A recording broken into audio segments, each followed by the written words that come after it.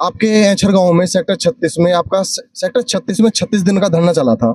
उस पर कोई निर्णय नहीं निकला और उस पे बहुत सी अफवाह फैली थी, अटकलें चली थी कि आंदोलन को बेच दिया गया, 2 गुट बन गए थे। तो उस पे आपका पक्ष जानना चाहता हूँ, वो क्या हुआ था? और आप अभी यहाँ पर हैं भारतीय किसान यूनियन राजनीति के बैनर तले, तो दोनों में क्या फ़र्क रहा उस आंदोलन के बारे में और इस आंदोलन जो चल रहा है इसके बारे में आप बताइए। और जो 2 गुट बटे थे, वो आंदोलन को बेचने की जो अटकलें चली, वो क्या था? पूरा एक मामला बताइए। देखिए सुनील भाई, मैं आपको बात बता दूं कि एचर गांव का एक बारी 1989 में हुई थी। 1991 में ग्रेटर नोएडा को एचर की भूमि हस्तांतरित कर दी गई थी। एचर गांव के किसान बहुत सीधे साधे किसान थे, एक रास्ते पर चलने वाले किसान थे। वो प्राधिकरण से बार बार ज्ञापन देकर मांगते रहे, प्राधिकरण ने उनकी सुनी नहीं।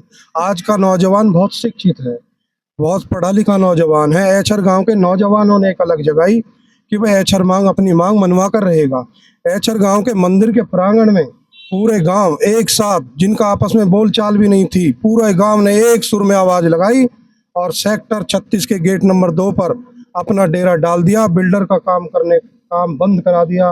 बंद कराने के बाद धरना 30 दिन तक हमारा ईमानदारी से चला, लेकिन बीच में कुछ लोगों ने, स्वार्थ हो या कोई और कारण हो, किसी दबाव हो, हम उसमें मुख्य भूमिका में थे। जब हमें लगा कि धरना गलत स्थिति में जा रहा है तो हमने उस धरने से अपने पैर पीछे खींच लिए। और वो बहुत बड़ी गांव के लिए बहुत दुख की बात है कि 1989 से और 2024 में खड़े हैं हम। अगर गांव ने आवाज़ लगाई, मंदिर पर हाथ खड़े करे एक साथ आने के, और उसके बावजूद भी हम अपने काम नहीं करा पाए। अब मैं आपको अवगत करा दूं, मैं उसके बाद भारतीय किसान यूनियन राजनीतिक संगठन का सिपाही हूं। मेरे नेता धनेश प्रधान जी, दया प्रधान जी, महेंद्र मुखिया जी हैं, राष्ट्रीय अध्यक्ष राजेश चौहान जी हैं, राष्ट्रीय प्रवक्ता धर्मेंद्र मलिक जी हैं, युवा प्रदेश अध्यक्ष दिगंबर सिंह जी हैं, मांगेराम त्यागी जी हैं, बाबा राजवीर जी हैं। बहुत ही सच्चे और ईमानदार लोग हैं। गौतम बुद्ध नगर के अंदर 55 संगठन है।